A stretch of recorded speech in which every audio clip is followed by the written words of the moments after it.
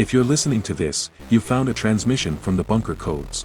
None of this is medical, dental, vision, legal, financial, or any other advice about anything. We're all on the same team and just want to be left alone. Enjoy.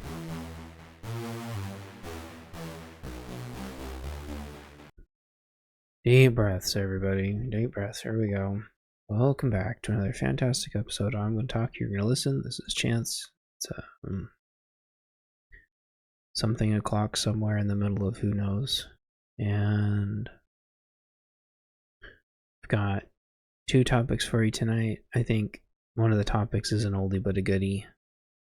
Might not even take that long to talk about. I just want to say, first of all, thanks for everybody who supports my books and stuff. So we'll start with a little bit of news of how PNW Affliction's doing.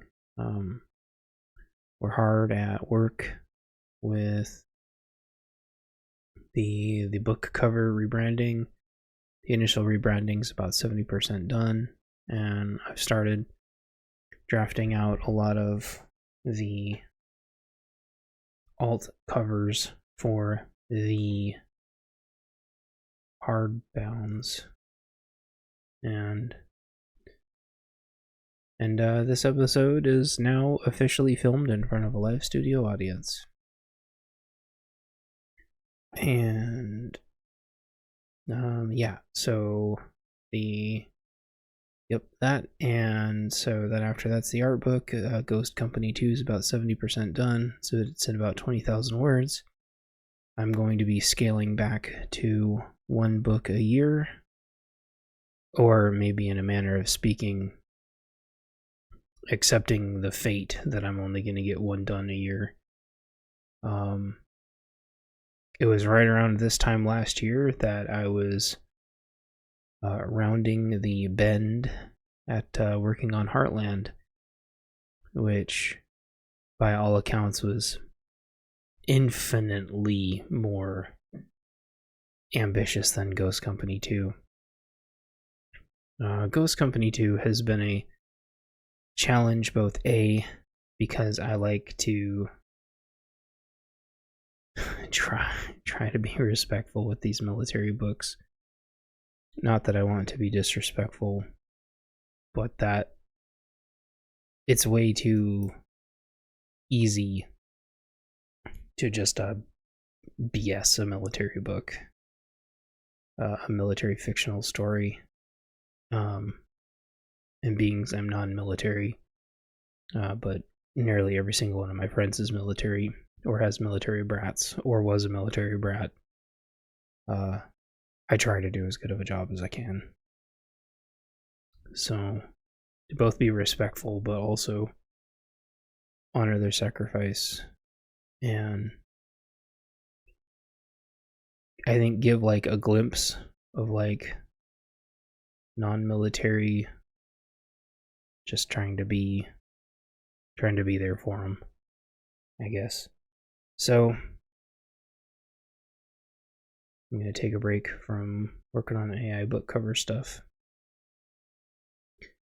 And I don't know, should I talk about AI stuff at all? I feel like the last couple times I've tried to talk about AI and try to talk about like my book rewriting versus how other people want me to rewrite my books, I feel like I end up rambling for 2 hours and not really accomplishing anything. So long story short,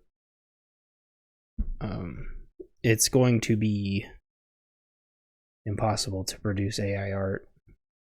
I mean, to produce art without AI soon in any practical capacity, unless you want to go broke. I don't think there are very many talented digital artists left that don't want an arm and a leg.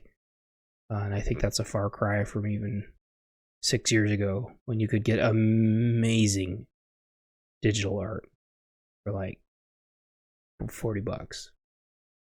Drop dead gorgeous, like S plus tier art for like $30-$40. And I don't think AI is necessarily taking away from artists in and of itself, as long as you are still employing an artist and not just winging it yourself, which of course I'm working with an artist on this, and if everybody did that, the world would be a better place, and artists could still be along for the ride. My criticisms were people who were not artists using AI all day and claiming all of a sudden that they were like, as if they were some kind of artist. And I think that's a load of shit. I try to keep these positives, but invariably this one is going to be positive. So, chat says you write your books how you write them. They're your stories. That's true, but when I think you're writing a military story, I think that, or really any story, and I ran into this before with writing about stories that had other cultures in them. All of my books revolve around culture and all the different cultures getting along. The military, all the different branches for that matter, are their own culture, and I want to honor and respect their culture and tell stories that I think hopefully at least a little bit resonate with them, while trying to give everybody like an insight to how I interpret orbiting around them, being lucky enough to orbit around them. I don't think they're the end all be all. I think that a giant chunk of them are not all they're cracked up to be. However, imposter syndrome is rampant in every single facet of everything, and I'm sure if you walked into a nuclear power plant, there's probably going to be imposters in there. You can probably go to, space programs where they're launching people into space, and there almost undoubtedly is going to be fakes and phonies in there, and in every single tech industry. So I don't consider that an insult. I just consider that a fact of life. That being said, there's a lot of honorable men that believe they're doing the right thing, and women. And just like with every other culture that has honorable men and women, I try to respect their cultures when I'm writing stories about them. And it's my way of trying, maybe not even to relate, but just to empathize. And through my interpretation, maybe other people can see it too. So, yeah. What was it? Yeah, and I only rewrite things for clarity. I guess I'll just say this. I feel like I've said it a million times, but I think like 4 podcasts, I just never published them, and so I'm not sure if I know for sure I talked about this before, but in those podcasts I never released. But I only rewrite things if it's going to improve the clarity of the idea that I'm trying to convey. I refuse to ever go back in a book and change the tone or act like when I wrote that book that I was at a further along journey in being an author and the quality of my writing than I actually was. The books are meant to interpret my growth as the stories grow. And a lot of people don't get that, and they think that it should be an English assignment, and they're not English assignments, and I am not a top-tier author, and I will repeat myself and say that the majority of authors out there that are writing trade paperbacks are fake. They have entire teams writing for them, and in all likelihood, all those stories that you love is probably just someone's name slapped on the front, and it was a committee that wrote their book, just like it was a committee that makes movies now most of the time. and a committee that makes video games most of these times. So, and I can pick up any trade paperback and I can find errors in it.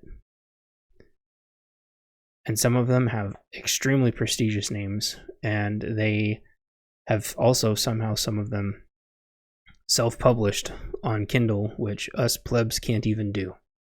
So if they can't go fix a couple grammar mistakes, let alone ever try to change the tones of their books because they don't think they need to or should have to, and they write with some of the most carbon copy, cookie cutter, copy paste bullshit tropes on the planet, just to bust a story out because it got commissioned by some mega corporation. I don't have to fix the tone and education level of my books. I just fix if I'm not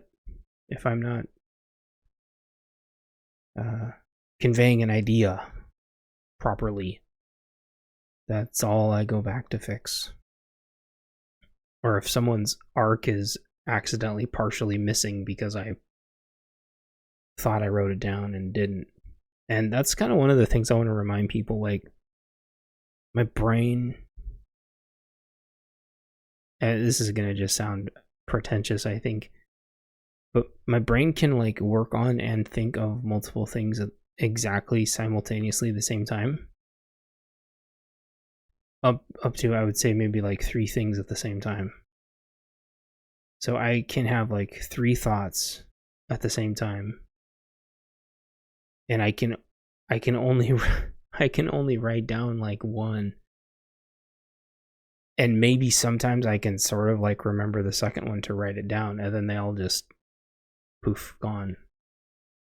I don't think I've ever told anybody that before. If I did, it's a podcast I deleted. But if I'm sitting there writing my books and I have like three thoughts like simultaneously, like sometimes it's like 3 different things I need to fix simultaneously, and I'll get about halfway done writing the first thought down before the next 2 are gone. And so what I started doing in my later stories, and I promise I'll get to my main topics here in a second, what I started doing in my stories is my characters, if you'll notice this, they start forgetting things. They start forgetting what they were going to say. They start forgetting what they were going to think. And 100% of the time, that is because I forgot too. And if it gets too bad, I'll come back to it. And when you're writing, in Microsoft Word especially, you could try to like highlight it and be like, I gotta come back to this. But if I'm already trying to quickly write down like the next thing, I'll forget. And that happened in book number 5, when I completely forgot the arc of one of the characters until years and years and years and years later. And I read that book to you guys so many times, and I never realized that she is missing her arc. And so she's really skittish about guns at the beginning, and then at the end she seems to be fine with them. I forgot to write down why she has that change of heart, and it was always meant to be there. That's just one example. And unfortunately, I reread through all my books on my phone, and there's really 2 different kinds of reading. There's the kind of reading when you're reading for enjoyment, and I can get through my books pretty fast and I don't get tired. And then there's reading through my books to try to make sure every thought is conveyed properly. And that is very difficult. It is hyper exhausting. Which, again, in my opinion, why these trade paperbacks have so many errors. I truthfully think that a lot of the people that they hire just run it through a program. And AI still is nowhere near good enough to like read through a book and like assign scores and try to interpret if you're like logically proofing your ideas. They just can't do it. Only a person can do that. And all the sarcasm and innuendo and secret code words and stuff, like an AI just won't know unless I coded it myself. And I had somebody that was working on a program where I would be able to code the AI to think like me so it could help me with my books. But unfortunately, like an update broke it, which was kind of a real bummer. But that's okay. I mean, it's not okay. It sets me back and stuff. It means I got to do it by hand, and I'm already exhausted. And so, but I do have a replacement laptop. And so I'm going to be spending Thanksgiving, Christmas, and New Year's, just like I do every year, proofreading. I'm going to finish Ghost Company 2, and then I'm going to proofread. And even though I already proofread them all, yeah, like, I didn't stop to really screenshot or like highlight the errors. So anyway, I'm kind of rambling now. I was using Campfire for a long time. I still use it, but this program, this like database for my books, doesn't work with my new ISP unless I use a VPN. The router blocks my book program from working, so that's why I was going to use the AI, but it crashed too. Sucks because the guy paid good money for it, and I had all these amazing use cases to make an AI to help me read through all my books. And but again, that would have put out a bunch. Oh, you're going to put a bunch of editors out of business. No, because I don't trust any editors to read my books. I don't trust them. They run it through damn software 100% of the time. Every single person that has offered to help me proofread my books ghosts me every time, because it's either because it's a scam, or they think they were an English teacher in another life. So AI was the only real choice I had. It was the same thing with the art too. Like, if you think you're like saving an artist by using stock photos that are for free, there's 100 times that in an AI that can just diffuse it into whatever you want. And it's the same thing with editing. Like, you can still have an art person help you with your AI. You can still have somebody help you with like your editing AI. Like, you can still bring people along for the ride. You can still bring everybody else up with you. That's what I'm trying to say. So let's get to our first topic. Now that y'all know how I'm doing, I got a bunch of stuff off my chest from the last couple of deleted podcasts. It's Black Friday Bundaroo coming up, and that means a lot of sales. And what I see going on is a lot of people harassing YouTubers. I guess this segues into my other topic that I've just remembered. They harass other YouTubers, and I'm going to pause really quick and take a note before I forget. Alright, so Black Friday Bundaroo. One of the big things, I've been telling everybody this for months and months and months and months and months. This is when all of the great off-grid batteries go on sale. I don't have enough money. Well, what you do is you pick out the one you want, and then you save up all year for it. Make sure the technology's proven. And make sure it's a reputable company that's not a fly-by-night battery manufacturer. There's a couple out there. I won't name names. But oh gosh, that's welcome. But there's a couple good ones out there, and since last year, there's a couple of newer ones, honestly, that have really stepped up their game. And there's a couple of oldies but goodies that are still innovating and still kicking ass, and I wish I had money, because just from the the tech nerd side of me, not even from like the prepper nerd side, like there's so many awesome batteries out there. And if you saved up all year, you'd be able to afford one, because there's like, no joke, there's as much as like 40% off sometimes. Like, it's insane. Well, for most of you, they are. You just have to figure out how important it is and get a second job, possibly. Whatever. Anyway, stop eating so much. I don't know. And the YouTubers are just getting so much grief about it.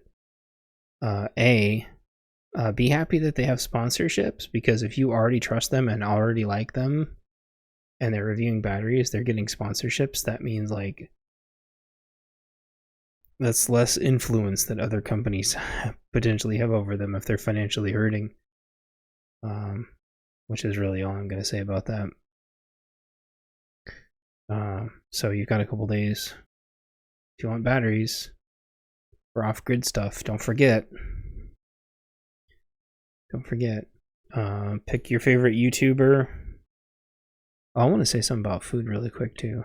But yeah, pick your favorite YouTuber and watch their battery reviews and click their links and show them some love. Don't be a piece of shit.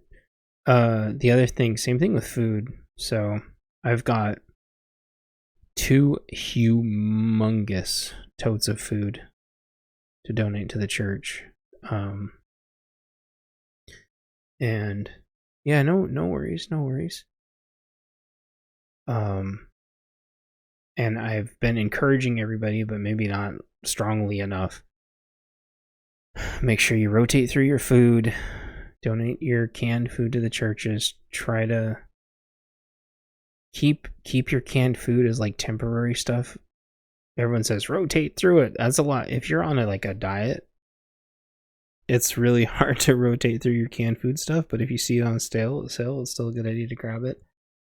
Especially what I call potted meats. And obviously chili and corned beef hash, which I absolutely love corned beef hash. I could eat corned beef hash probably forever. Good. Yeah. I'm looking at corned beef hash and roast beef hash. And oh man, my mouth just like waters just thinking about it.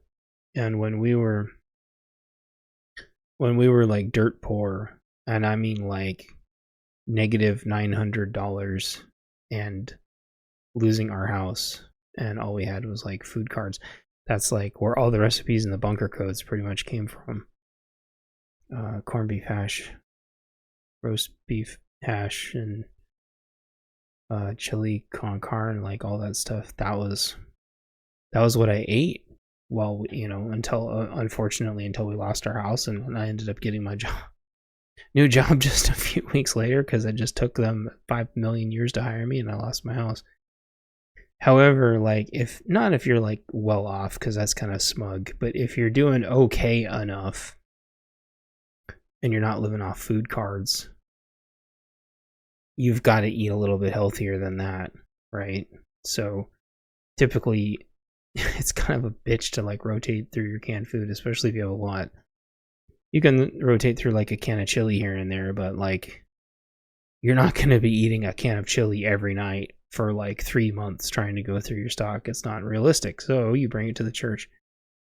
And here's why, they can do cook-offs, or they can redistribute it to other newbie starting preppers that really need to help with the daunting task of getting started. Everyone says, I can't start now, it's too late. Blah, blah, blah, blah, blah, blah, blah. Excuses. No, just like go to church. Man up. Go to church. Find a church that you like. Go to Redeemed Zoomer on YouTube and go find which church aligns with whatever it is you believe. He's got some great videos on that. Go find that church and then tell them that you need help getting started with prepping, chances are they've got food that can help you get started so you're not prepping from zero. And then what I recommend, again, because Black Friday is coming up and everything, stop getting so much canned food that you're not going to eat, and then start working on the 25-year freeze-dried stuff. Find your favorite YouTuber, watch their favorite reviews on whatever it is they use. There's a couple of them out there. I won't name drop them all. I'm not sponsored by anybody. Except for Raid Shadow Raycon.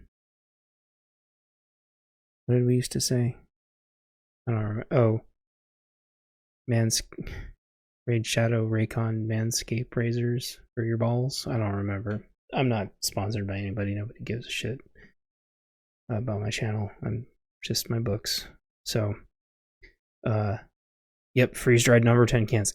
Yeah, boom, exactly. And then if you're really bored, for your rice and beans and pasta and stuff, dried stuff, food saver it if you can, or if you can upgrade to Mylar. Which I have tons and tons and tons and tons of food saver stuff, so I want to upgrade to Mylar so bad, but we are really invested in food saver stuff, and there's nothing wrong with that. It's just it's not quite as good. There's a lot of pros to Mylar versus clear food saver bags. But I suggest both, like the number 10 cans. But like if you properly Mylar dried stuff, it'll last for a long time. You might be thinking that I'm like against your own jarring and canning. I'm not against it, but there's a couple problems with it. Jars are circular most of the time. They make square ones, but I never see them. They're not space friendly, and unless you have your own garden and your own and all you need to do is just buy lids, it takes an army and an eternity to can and jar enough stuff for even one family for one winter.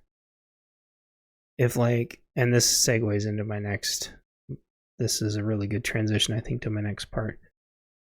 If a small town was going to be completely prepared, let's say, just take something stupid like strawberry jam. Your town's got a lot of strawberries. Let's just pretend. Let's choose something simple because strawberries are simple, and somebody killed all the bunnies so they wouldn't eat all the damn. I'm not forgetting anything.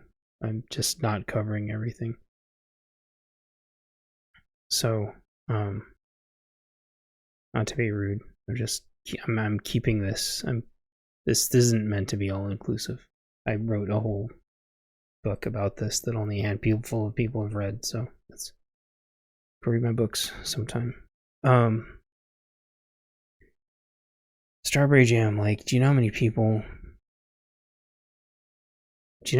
it would take to make a town? Let's pretend there's 500 people in a town, a quote unquote small town. Do you know how long you'd be making strawberry jam for? Do you know how many people and how much strawberries and how much raw materials you would be making? You'd have to have one household doing nothing but making strawberry jam for weeks, and there would have to be so much logistics of everybody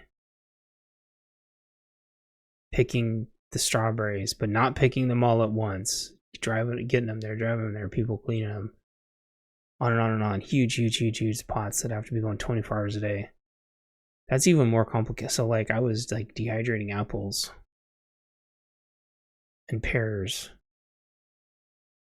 and like we had our fridge half full of apples because like you can only dehydrate so fast. And it's the same thing with like strawberry jam. If that's if that's decided what you were gonna preserve. I think, I don't know, does strawberries prevent scurvy? I don't know, but let's just pretend that's, I don't know, like towns, bless their hearts, towns do not have that level of coordination. They don't have the mindset to do that. They'll do it for their family, and they'll do it for like a couple of their friends. But what I've noticed is they'll ask you if you're squared away in a roundabout way, but they will still do absolutely nothing to actually help you get squared away because you're not like in their little circle and they don't want to drag you down. And they know that you're not there helping them with, you know, metaphorical strawberries or whatever. But in my case, I realized this, where it's like they asked me like, "Hey, you gonna use the fruit from those trees?" And I was like, "No, because I can't get it all. But like, if you'll help me, we can get it all together." And they were like, "Oh no, never mind. We got some from somewhere else." And it's like, well, shit. Now that means a huge chunk of mine are going to go to waste. And so I asked another friend, I'm like, hey, so first I asked my neighbors, and then what I just said happened. And then I asked my friend, I'm like, hey, your wife said she wanted some of these. Can she come over and help? So at least like we can get them all and then split them instead of half of them going to waste. And by going to waste, I mean the deer eating them and then other people coming and killing the deer and taking the deer away, even though I fed them all freaking summer. I think that is bullshit. I think if hunters come hunt in your area, some of the food should be like, some of the meat should be in a lotto system at the local store. I've been feeding those damn things. That is bullshit. Different story though. So he didn't even message me back about his wife coming to help to make sure that all the pears didn't go to, or all the different fruit really go to waste. That I've been working really hard on trying to preserve. And it's frustrating to me because they're all set. They're all fine, right? They're smoking meats, they're jarring, they're canning, salting, whatever. They're doing it all. But they know that you're not contributing to them. But they can't quite figure out if you're going to be like a parasite or not. And so they don't want to necessarily include you because they don't want a drain on like the little ecosystem that they've got going on. But they don't seem to necessarily want to help you get squared away, but they don't want to include you either. And so they just kind of sit and wait and watch. And this level of gatekeeping happens in video games, and it happens in coding, where they want to watch you for a while to see if you really earned it. You know, they're going to see how long we last. They're going to see how long we last out here before they decide to commit resources to us. And so we really have to prove ourselves, which on paper I sort of kind of get, because they've had all these small, for 6, 7, 8 years now, all these quote unquote small towns have been inundated first with armchair conservatives that were looking to kind of opportunistically like bug out early, but then not doing anything to really fortify those areas. And so conservatives already by default mistrust each other. And then after the first opportunistic conservatives moved to the more conservative areas, the left strategically relocated evenly everywhere based on voting lines and just did this massive federal-wide gerrymandering where they gerrymandered like every single county in the US. This was a big plan of theirs. It's very well documented. Started about 6 years ago. They were, what was their name? I can't remember. They had a name and they changed it a couple names as they evolved. And now they're absolutely infesting and have overturned almost every county in the union. And so what's left of the conservatives severely mistrust any new people in their area, scared to death that they're going to F things up. And that transitions into my next topic, which is that whole country boy will survive, try that in a small town, rich and from Richland, whatever the fuck. These conservative areas are primarily weak. They're not hardened at all. A lot of them have completely defunded their police to spite themselves because they were outvoted by people that they allowed to move in. And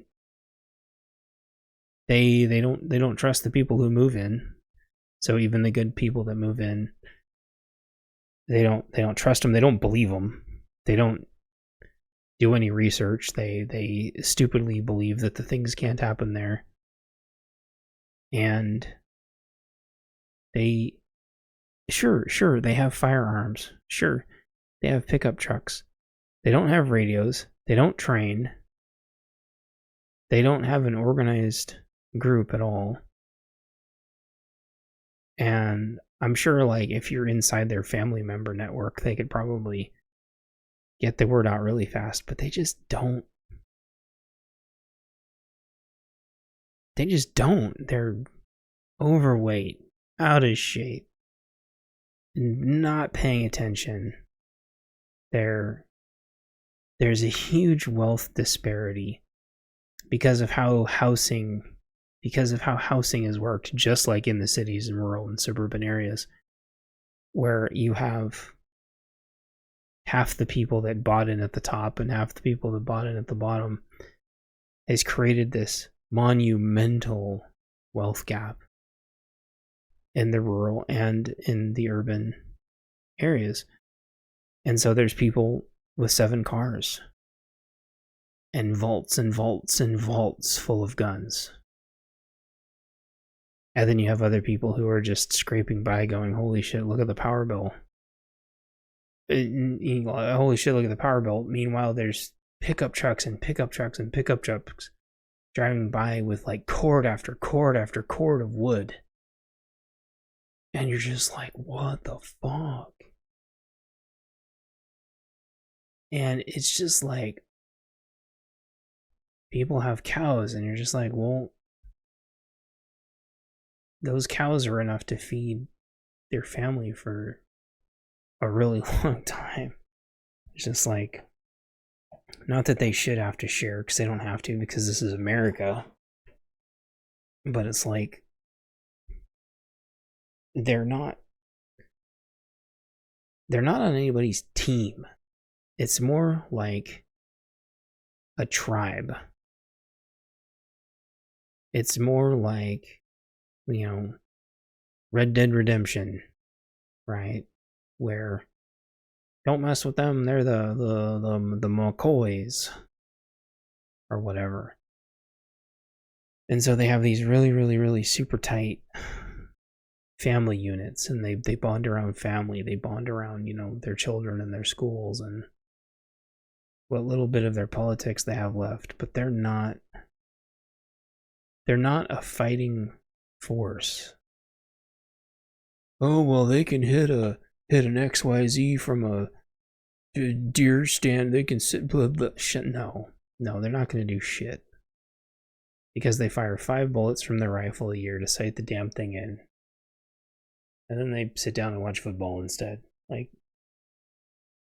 And the ones that are sitting there blasting away in their own ranges, they don't invite anybody else. They don't invite the neighbors to come shoot at their range. They don't come and knock on my door and say, hey, we're going shooting. You want to go shooting? Sure, half of me will one of them could just put a bullet in the back of my head and steal my stuff. But it's well, hey, can I get to know you first? They don't even do that, though. I mean, I guess you should just assume that if people come out here that they like guns, but that's not necessarily the case. B, when people are selling their houses, and you can go look at when people sold their houses, every single one of these rural houses had a giant gun vault.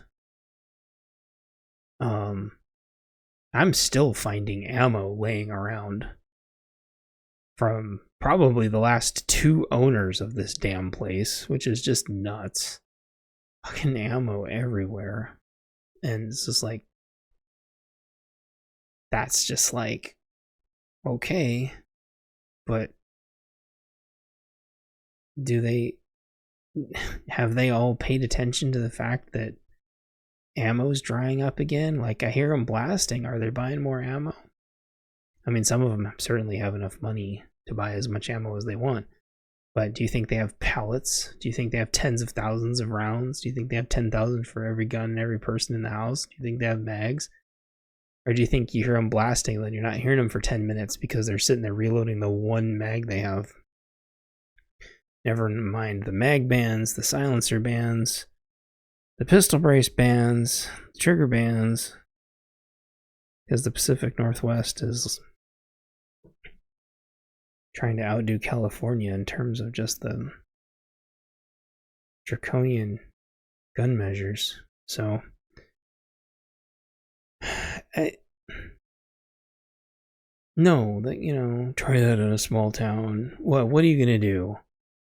Are you gonna go take your silenced 22, pop them in the back of the head, and use your backhoe and dig a hole and pretend like they weren't there? No, you're not. In Minecraft, you're not gonna do shit. You know why you're not gonna do shit?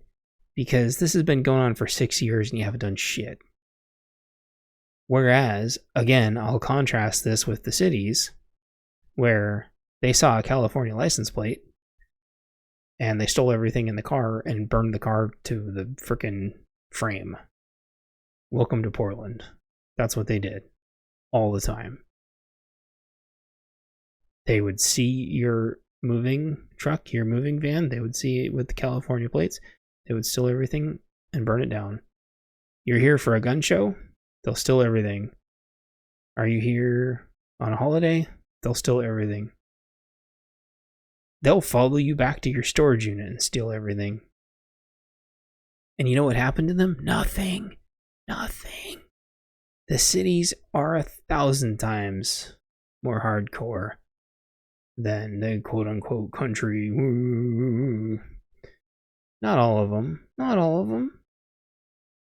Some of them are more squared away than others, but it's still a very, very small percentage.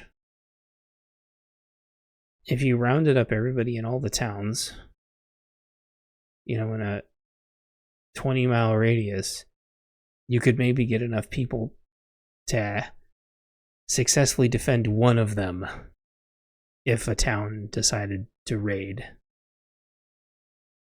Unless you are heavily armed, heavily trained.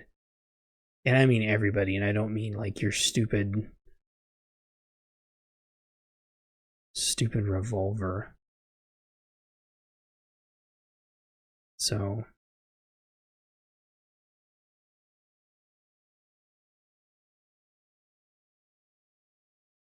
I'm gonna take a break. I'll be right back. Alright, so anyway, I try not to keep this stuff too negative. I try not to let this stuff get too negative, but I get really tired of these romantic, the country folk will do something. No, they won't. By and large, some will, but I still have to caution everybody that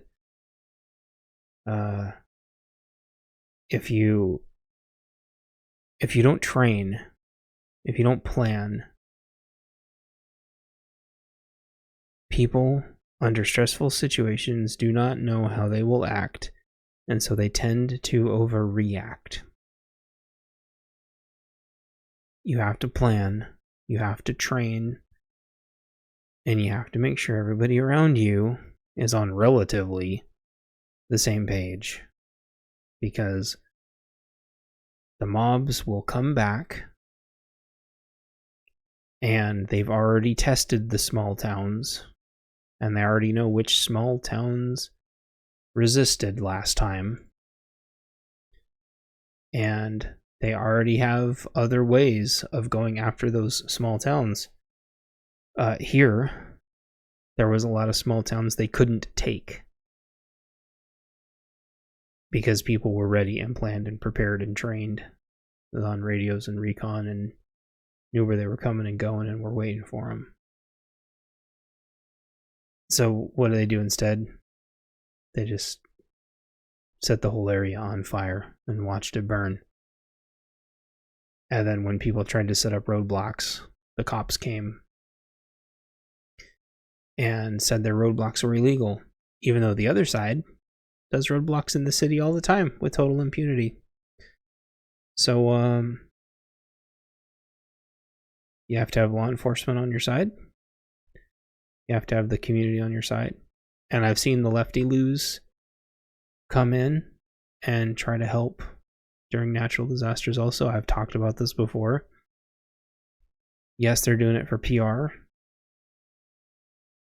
but some of them really just do like to help people, and if they do a little promo on the side, they do a little promo on the side, and that's all the more reason why, donate to your churches, and don't overextend, but be prepared to help out your area. One of the other shows I deleted was talking about, leaving your area to go help other areas, and if you're not part of that area, and don't have local resources to work through in that area, whether state, federal, or local, or whatever, I don't recommend doing it. I believe you have the moral high ground to help your area in a natural disaster. Most recently, Hawaii. They didn't get any help for a long time, and the locals, I think, broke quite a few laws to help their own people out. And I believe they had the moral high ground to do that, but if you had come in from out of the area, I think you're oftentimes do more harm than good, or just don't do anything. You think you're doing stuff, but you're not really doing anything, and there's really no way to quantify it. People are really thankful, but do you really know what you've done? Like, it's a challenge. And again, I worked for a couple different community response groups, official ones, and even then, a lot of the time, like, it was really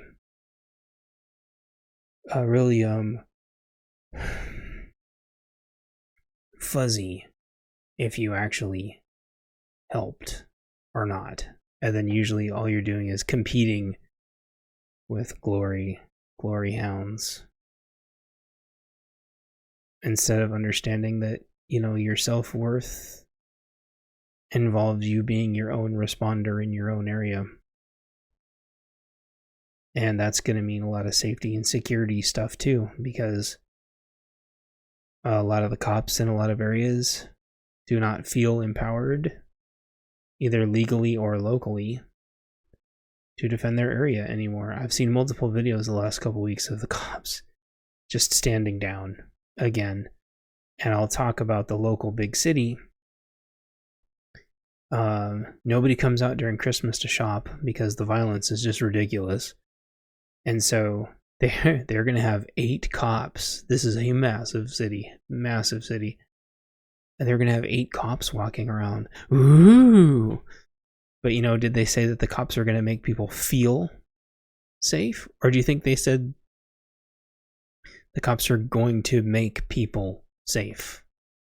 No. They said people are going to feel safe. Feel safe. Well, you know what the problem with that is?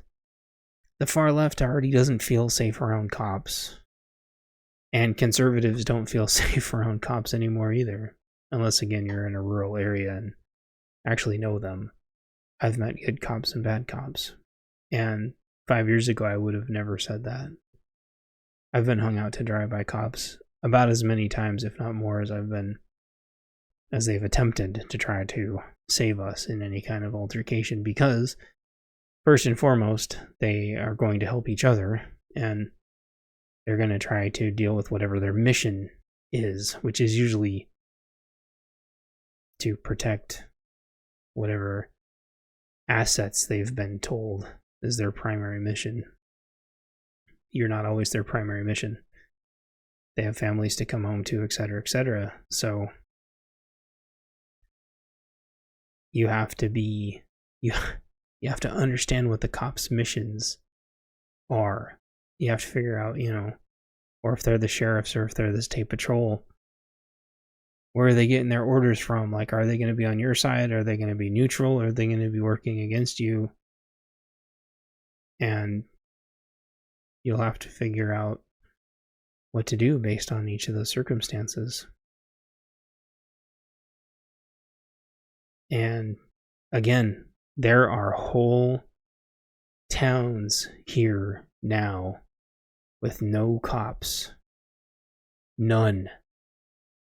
And they have become very, very, very affluent neighborhoods. But they have no cops. No cops. You can fly through there like a bat out of hell. And there's schools there with no security.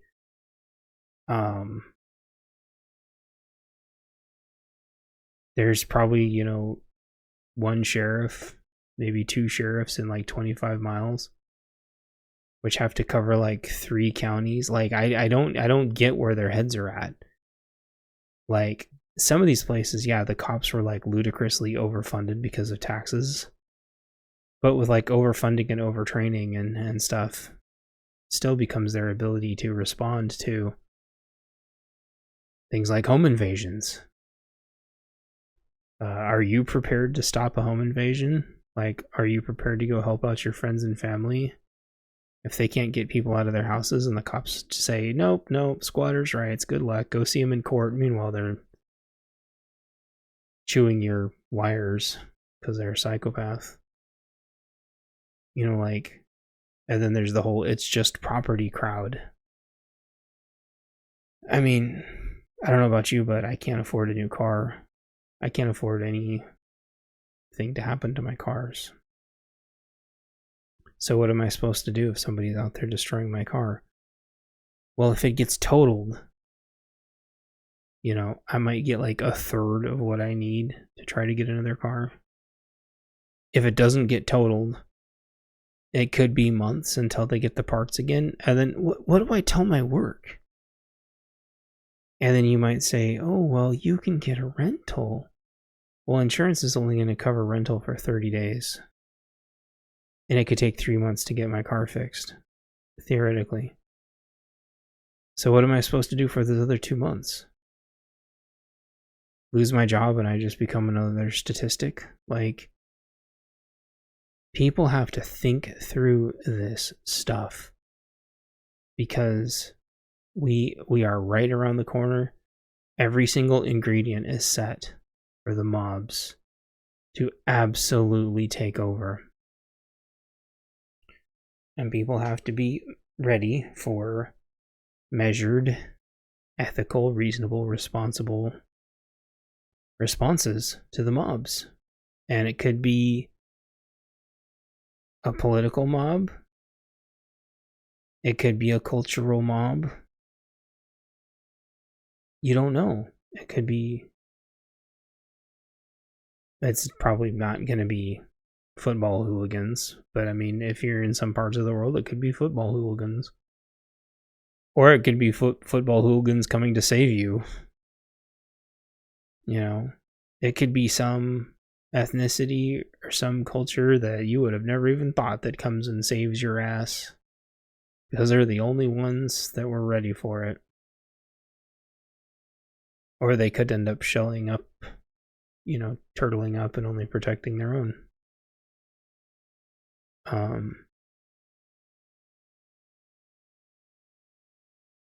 But are you ready for them to come after you based off your ethnicity or your religion? You might be ready to die, but are you ready to watch your family die? Your pets? You have to think about these things because this is what's coming. And I had this really stupid hope for this Thanksgiving that like my neighbors would come knock on the door and be like, "Hey, come meet the family. Come talk to us. Come tell us what you believe." I try to talk to them like every second I get, but I don't know if I'm being annoying. But that's what you've got to do. Like, your neighbors and your family is all you've got. And I don't know about you, but 80-90% of my family wrote me off during the Rona and during the last president. So what little is left of your family and your neighbors are all you've got. But if you stay local and hunker down and work on plans and training and preps and aren't going to be a liability to your community, and they see you outside busting your ass, and you offer to help them every chance you get, like, we'll get through this. But it is not a foregone conclusion that some magic army is going to come save you. Whether it's rural, urban, or suburban, like, the reality is probably still like 80% of people are not squared away. And that last 20%, you don't know if they plan on leaving or staying. They could get a heads up and be out of there in an RV before you even know shit's popping off. So, you've got to know. You've got to have a plan for yourself and your family and hope that it aligns with everybody else's.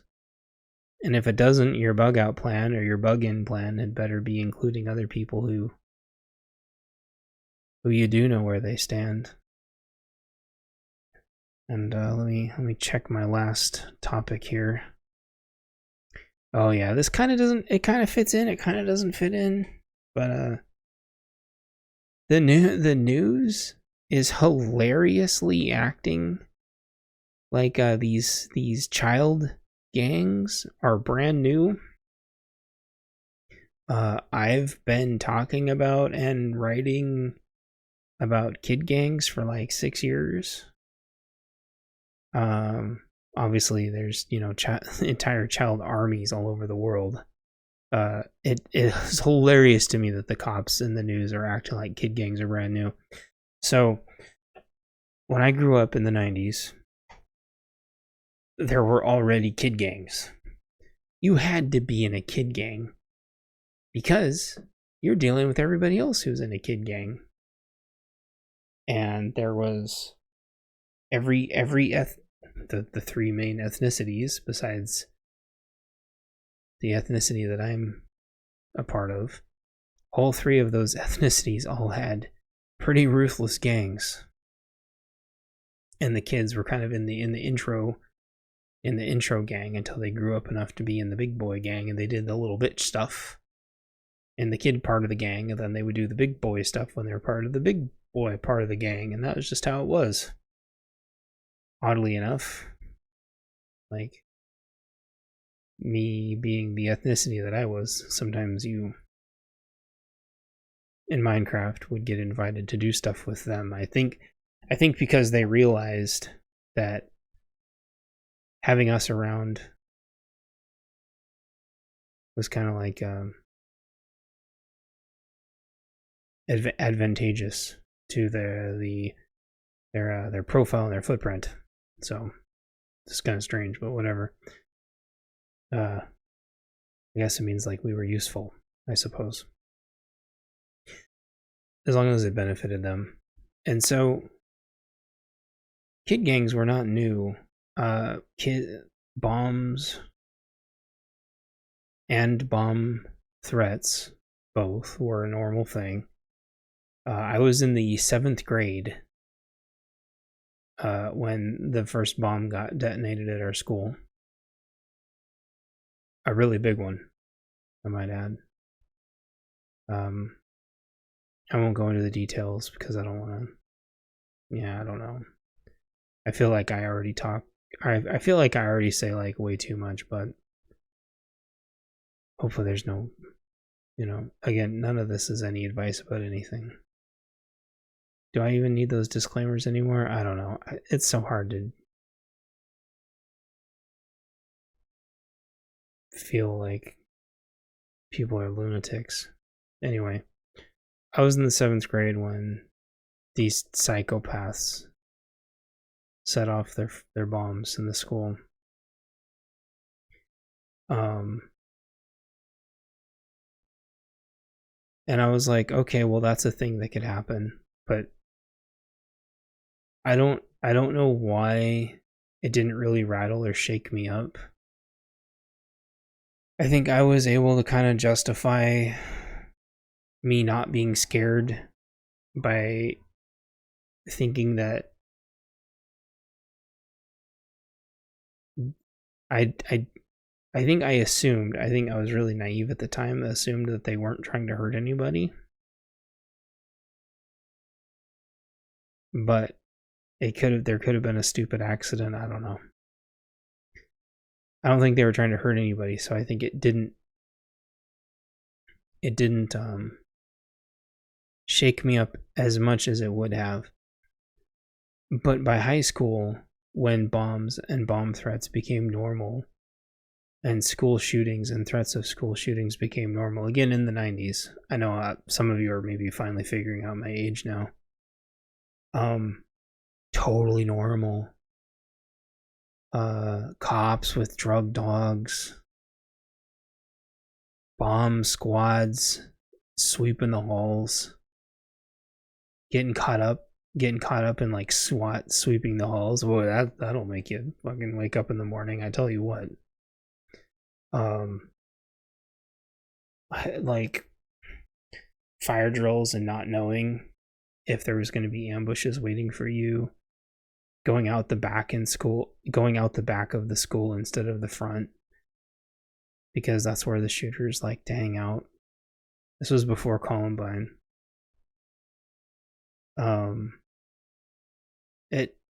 That's when we grew up. The kids these days, they have to grow up with like some bullshit. But by and large, kids these days and the gangs, the local gangs, not the ones from South America and Africa, the local gangs are soft. We would have fucked them up in the 90s. If they got teleported back in time to when we were kids, they would have gotten fucked up. We didn't tolerate that. Like, they, by and large, the large wholesale violence, the non-initiative stuff Like, the gang on gang stuff all took place far away from the collateral damage. They came and did stupid stuff like shootings and bombs and stuff, but they never dared come after anybody for any length of time. People got jumped, but not for very long, because you got jumped, and then within a half an hour and 45 minutes, there was an army looking for those people. Every time we'd find out, we would hunt them down in Minecraft. It wasn't tolerated. Like, the gang stuff, by and large, they stuck to themselves. The gangs defended the schools. Like, that was their territory. That was their property. Different gangs controlled different schools. And you realized that if you ever went to a different school, you were a guest of whichever gang ran that school. And the different gangs, if they went to the different schools for events, had to be respectful, and you couldn't go there to brawl, or if you did, it would be a bloodbath. But that wasn't very common. Usually they settled their disputes off school grounds. They act like this car thief thing is new. It's not. When we were in high school, there was kids that stole cars every weekend. I don't think cars, I mean, maybe on paper, cars are easier to steal now because of the little wireless dingle-dongle things, and there's little hacker dingle-dongle things. But that shit still existed in the 90s. It was even easier. There wasn't like rolling codes back then. There's at least rolling codes now that take one teeny tiny extra step and another millisecond to hack. You can still buy that shit online now. You could just make your own then. Anyway, blah blah blah. I mean, car stealing. They act like this shit didn't happen. But it's because all these news reporters are fucking millennials. It's like, do you guys... Anyway, so I just remind people, like, that movie Class of 1999 was based on us and our generation. And, like, a little... I would say some parts of that movie were embellished a little bit. Obviously, there weren't Terminator teachers. The rest of that movie wasn't embellished very much. Just like RoboCop, and that wasn't that far away. Like putting Terminators in the, you know, RoboCop's kind of like a Terminator, and the Class of '99 is like the Terminator-esque thing. But I mean, that was just kind of like a silly part. The rest of it was like, no, it wasn't too far off. I think kids, by and large, these days are safer. However, there's other things that we didn't have to worry about. People got jumped in the 90s, but you didn't have to worry about getting jumped on purpose, specifically to have the humiliating video of you getting completely shit stomped, ambushed, and shit stomped. Like, people still got beat up,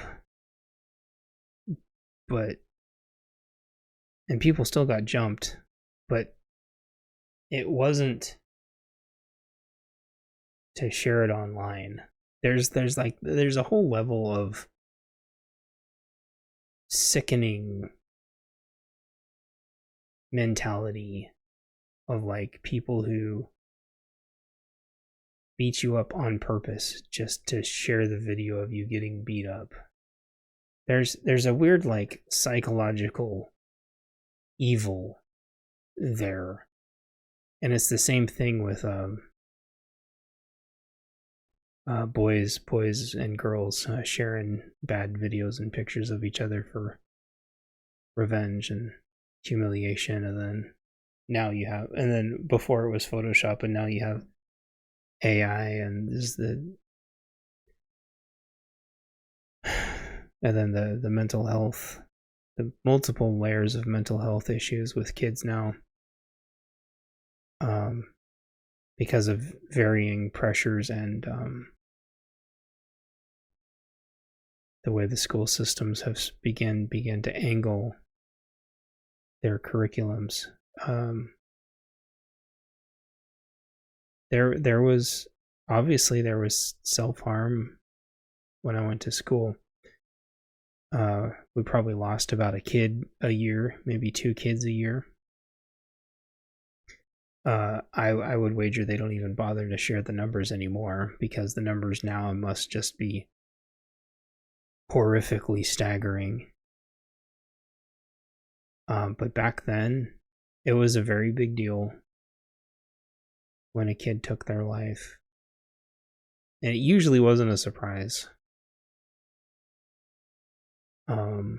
I hate to say that, but yeah. Or they were just stupid. Like, I don't know why the Russian roulette thing was like such a big deal, but I think we had surmised by the end of high school that some of the kids were just using the Russian roulette thing as an excuse to do it. But then others, I think, thought it was funny. I've never understood that. But again, nothing compared to just the sheer epidemic of the public health crisis of schools, and not to mention the Rona and the lockdowns. And now, I mean, it never ends now. They have the shutdown because of the stupid strikes, and so the kids are screwed yet again in some cases. So I don't know why kids aren't self-policing anymore, but it's been my experience that any of them that try to stand up for themselves anymore just get cyberbullied and physically bullied. And some kids, like, Sandman and Rittenhouse, eventually can kind of sue themselves back into sue everybody else to get themselves back to some semblance of like a livable life. But with the whole gender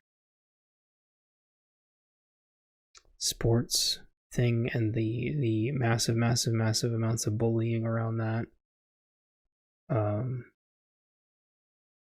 you can't trust doctors anymore in a lot of cases. You can't trust teachers anymore. A lot of those like so-called like protected groups of people that used to be able to be around children,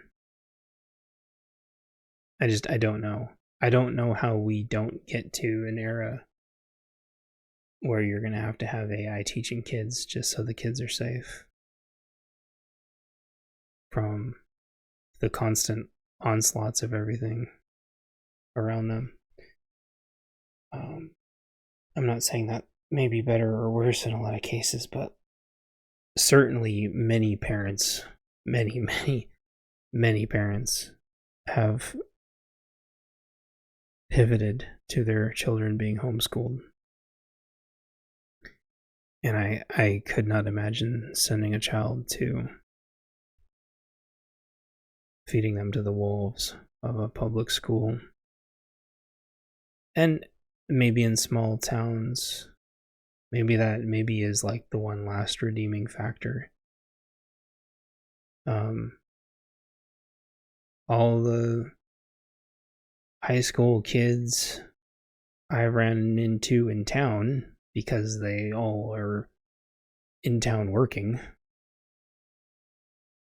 they all seem well adjusted, polite,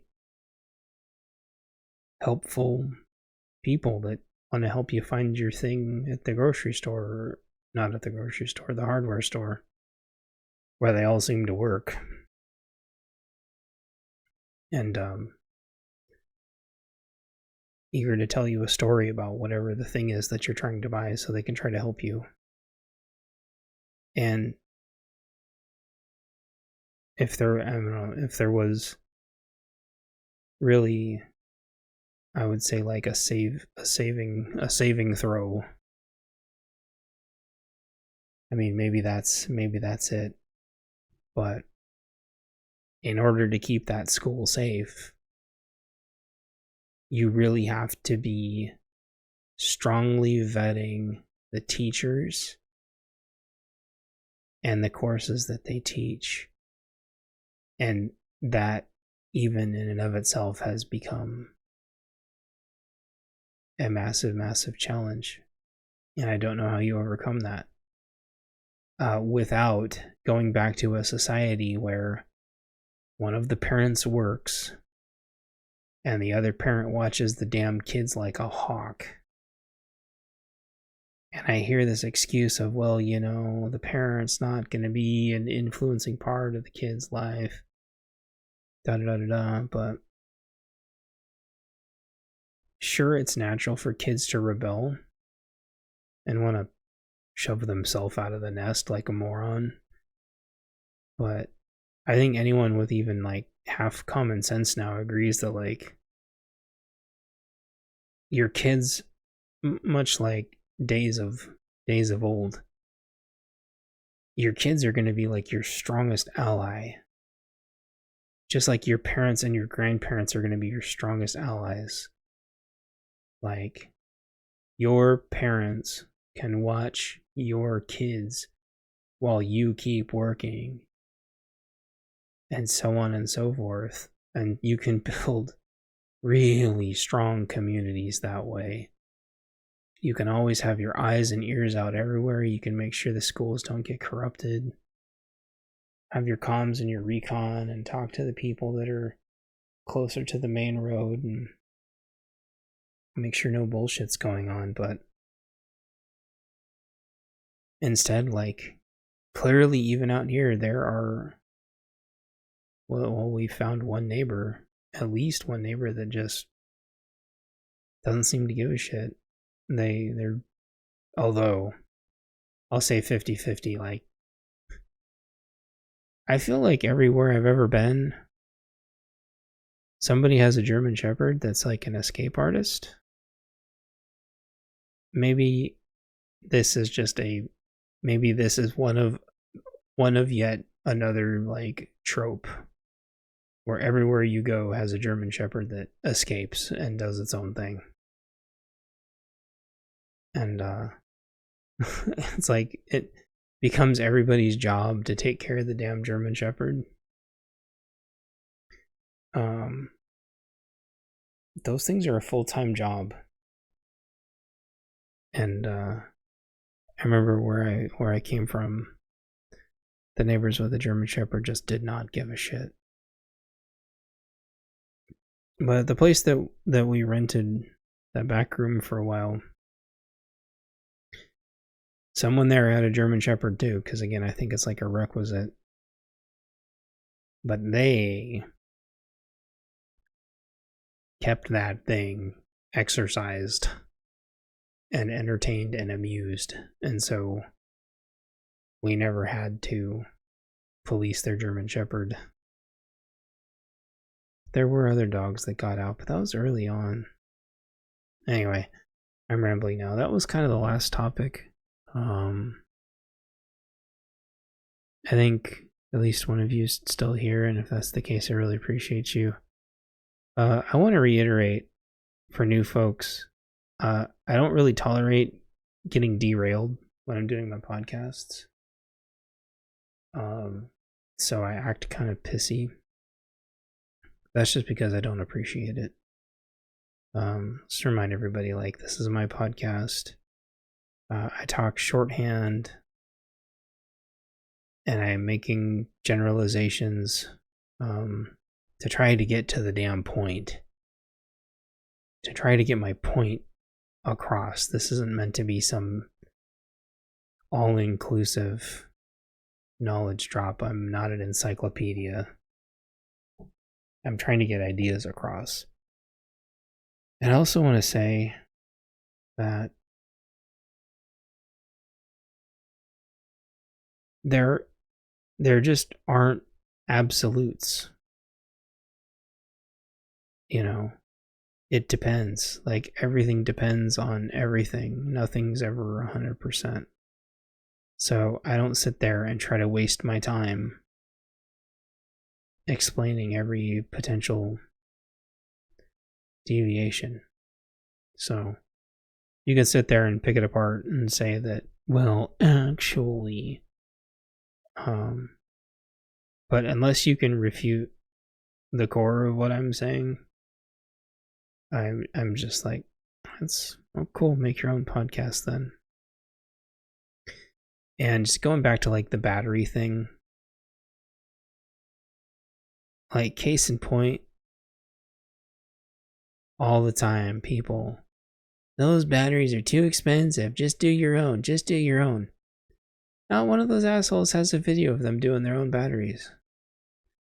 There's one or two of them that'll tell you supposedly that they've got some killer battery bank of marine batteries that they salvaged. But you never see it. And I just want to say, like, I've said this before, I'll say it again. This is why you should go pick up some batteries if you can afford it. If you like the inverter and the power it can take in, if it does some stuff that you're going to need. The time for getting like cheap, affordable batteries in bulk, like LifePo 4 batteries in bulk, that ship sailed ages ago, before most people even knew it was a thing. Enthusiasts had already scooped most of them up. Same thing with marine batteries. Oh, you go find marine batteries. Well, if you don't live next to a marina, chances are you're not going to be finding a big stock of affordable marine batteries. People scooped that shit up ages ago. It's the same thing whenever there's like affordable like milsurp rifles, like which that ship sailed ages ago too. By the time normies found out, myself included, that there was nice milsurp rifles coming in, the ship sailed every time, because the people that know that shit, and they're not going to tell anybody else.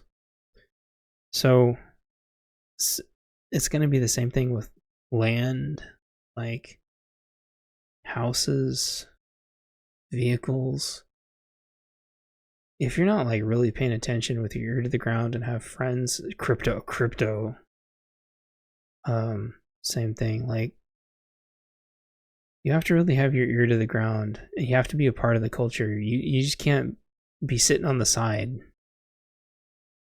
and then sit there and go, well, the easiest way to do it is XYZ. Well, yeah, that shit's always great in hindsight, but do you really know how to do it? Can you really go out and get those? It's such as bullshit. So just ignore those people. Same thing with food. Yeah, it's expensive to start stocking, like we were talking about, like Food Saver and Mylar. And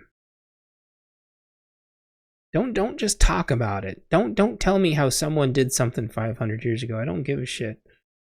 Tell me what you're doing now, or tell me what you're starting to work on now. It's the same thing with people saying, "I'm just gonna plant seeds when it's time." No, you're fucking not.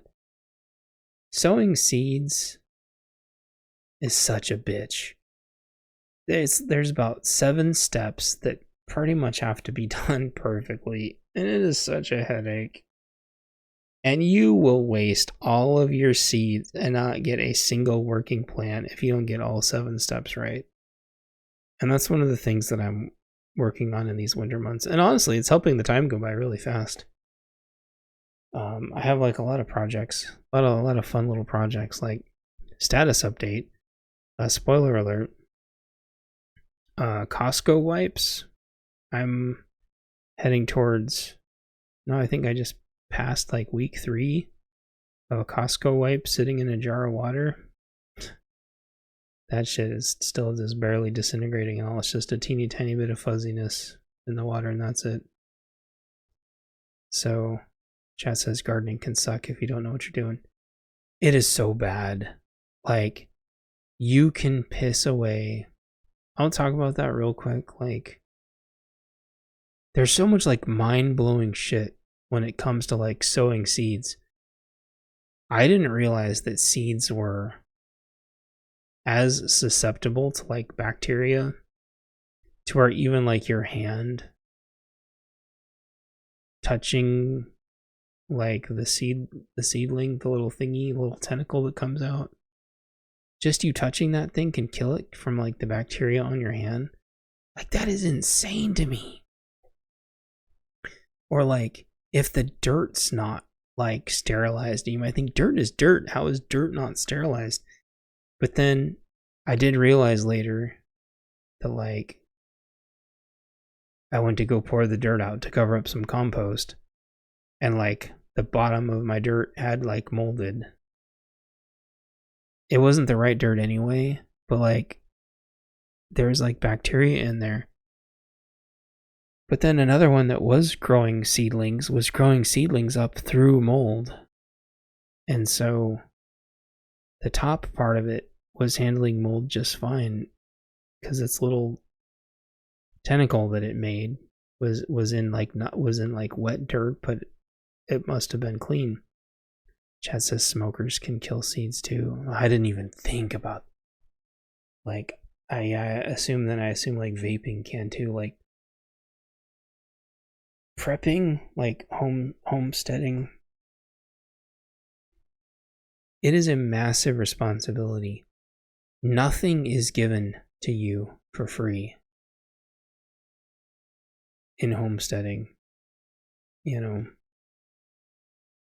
you have to work your ass off and be able to prepare and defend and justify everything that you do, and just hope to God when you screw something up that the whole thing doesn't unravel. And look out for your neighbors and have your neighbors look out for you, and just like be kind to everybody. And a lot of it's just faith and just hope and pray. And just be aware and talk to everybody, be nice and smile. Yeah, wear your rubber gloves. Damn it, nobody told me that. And I'm like, I would have never thought like that a seed and the little tentacle thing. I would have never thought that. But yeah, that's, everyone said that. Wear rubber gloves. Touching the seed can kill it. I'm like, that's insane. That's insane. I would have never thought of that. It's so weird. And then not having the right, fresh potting soil. Nobody's gonna give you this for free. You've got to earn it. You've got to deserve it. And then everyone will see that you're putting in the work and the time. At least that's what I'm gonna believe. It's been like that with every community I've ever tried to get into. Or they'll see you as a loot drop. Or they'll see you as a threat. So, that's all I got.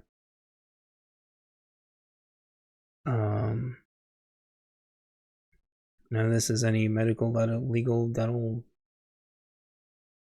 any advice about anything. It's for entertainment purposes, and I'm not gonna chicken out and delete this one. And just thanks everyone for supporting me. Please buy my books. I have a coffee page. You learn from an old farmer that you can taste whether the soil is good or planting it up, but you're not eating dirt. I wouldn't be surprised, honestly.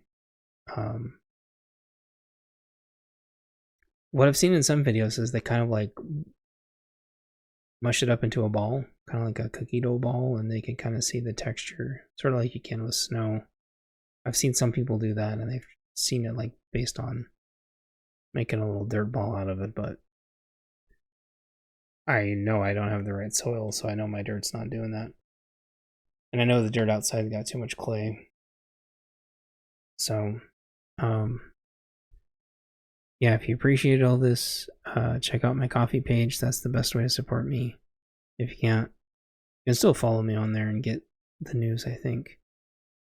And then if you can't check out my books, but you know other people who read, please share my books. I'm going to be spending all Thanksgiving, Christmas, and New Year's on my books. So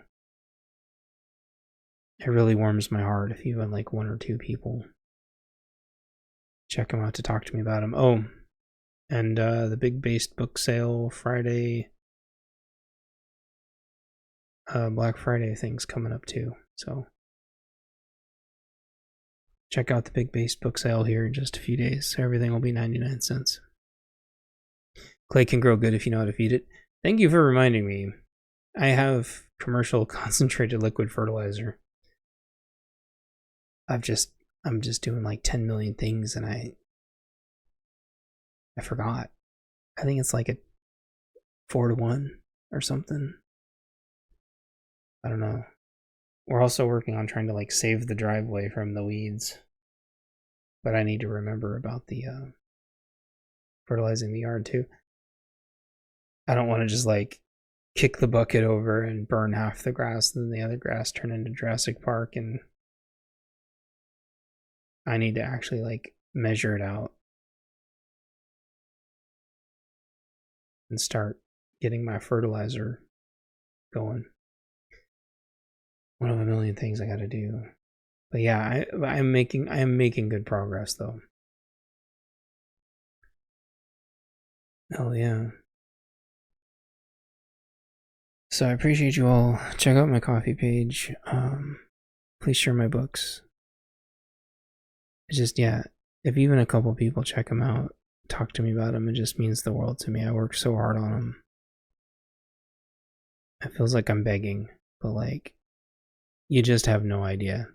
No idea how much it makes my day. So, I feel like I'm not screaming into the void. Everybody,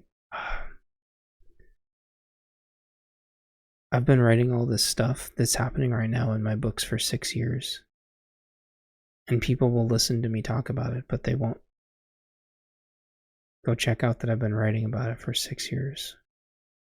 It just exhausts me to talk about it when it's all in there. So, Chad says my books will gain strength. It'll happen. I believe you're right. I think this rebranding is going to help a lot. These new book covers, I think, are going to help a lot.